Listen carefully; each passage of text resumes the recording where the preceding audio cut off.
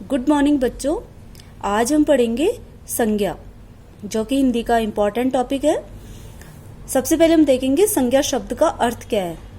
तो जो संज्ञा शब्द है वो दो शब्दों से मिलकर बना है, सम प्लस ज्ञान। सम का मतलब होता है सम्यक या सही ज्ञान। तो इस प्रकार संज्ञा शब्द का अर्थ हुआ किसी वस्तु विशेष का सही ज्ञान। आगे है संज्ञा की परिभाषा। इसकी परिभाषा है किसी प्राणी, वस्तु, स्थान या भाव के नाम को संज्ञा कहते हैं।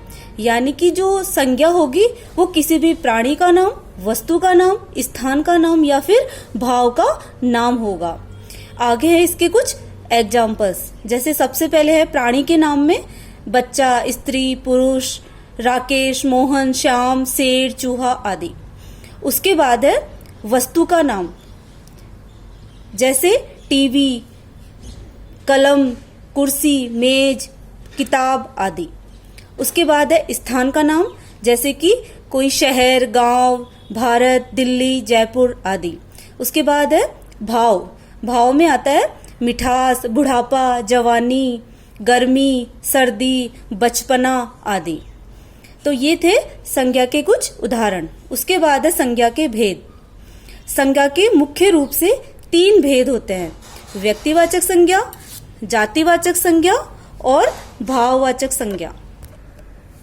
तो सबसे पहले हम पढ़ेंगे व्यक्तिवाचक संज्ञा।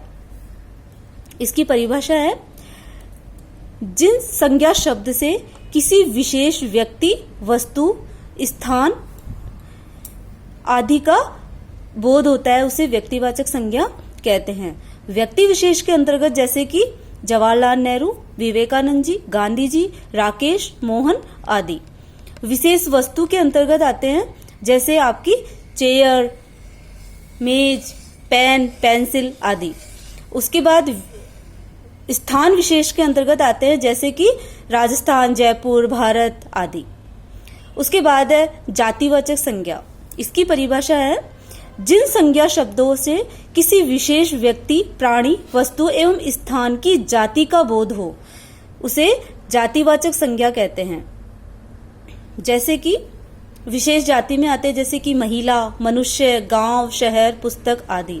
तो बच्चों यहाँ ये ध्यान देना है कि अगर हम जैसे गांव शब्द यूज करते हैं तो वो गांव तो जातिवाचक संज्ञा में है, लेकिन अगर हमने गांव का नाम दे दिया तो वो व्यक्तिवाचक संज्ञा के अंतर्गत चला जाएगा। इसी प्रकार जैसे शहर है, शहर शब्द जातिवाचक है, लेकिन अगर अपन ने शहर का नाम दे दिया जैसे कि जयपुर, जोधपुर, तो वो चले जाएंगे व्यक्तिवाचक संज्ञा के अंतर्गत।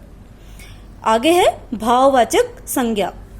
इसकी परिभाषा है जिन संज्ञा शब्दों से किसी भाव, गुण, अवस्था आदि का बोध होता है उसे भाववाचक संज्ञा कहते हैं। जैसे कि मानवता, पुरुषत्व, स्त्रीत्व, बचपन, बुढ़ापा आदि। ये थे हमारे संज्ञा के मुख्य 3 प्रकार। इसके अलावा भी 2 प्रकार और होते हैं, जिनमें पहला है द्रव्यवाचक संज्ञा और दूसरा है समुदायवाचक संज्ञा। तो सबसे पहले द्रव्यवाचक संज्ञा की परिभाषा है किसी पदार्थ या द्रव्य का बोध कराने वाले शब्दों को द्रव्यवाचक संज्ञा कहते हैं। जैसे कि सोना, चांदी, लकड़ी, तेल आदि। इसके बाद है समुदायवाचक संज्ञा। इसकी परिभाषा है जो संज्ञा शब्द किसी समुदाय या समूह का बोध कराते हैं। इसके नाम में ही है समुदाय का मतलब समुदाय या फिर समूह, तो इसका जो बोध करवाते हैं उनसे समुदायवाचक संज्ञा कहते हैं। जैसे सेना, पुलिस, सभा, भीड़, चाबियों का गुच्छा, लकड़ियों का गट्ठर आदि। तो बच्चों आज संज्ञा का जो आज का हमारा टॉपिक है वो यहीं खत्म होता है। Thank you.